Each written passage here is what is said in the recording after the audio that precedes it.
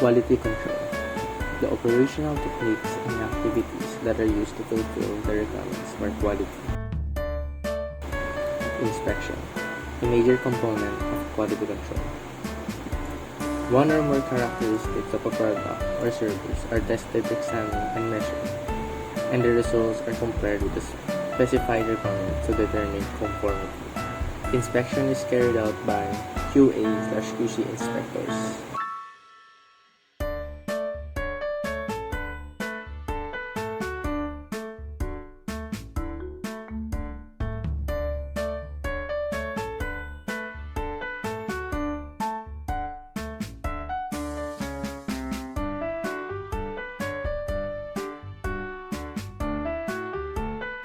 Inspectors monitor quality standards.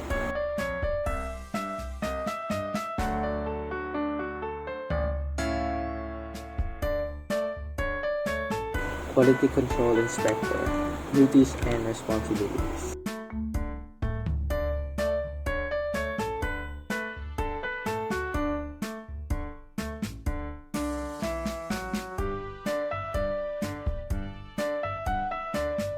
Monitor or observe. Measure or test using calibrated instruments. Report to the manager.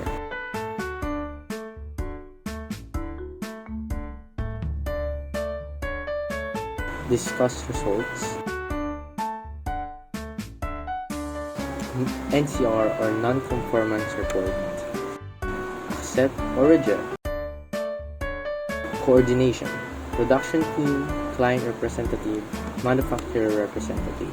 Record the results. Prepare reports.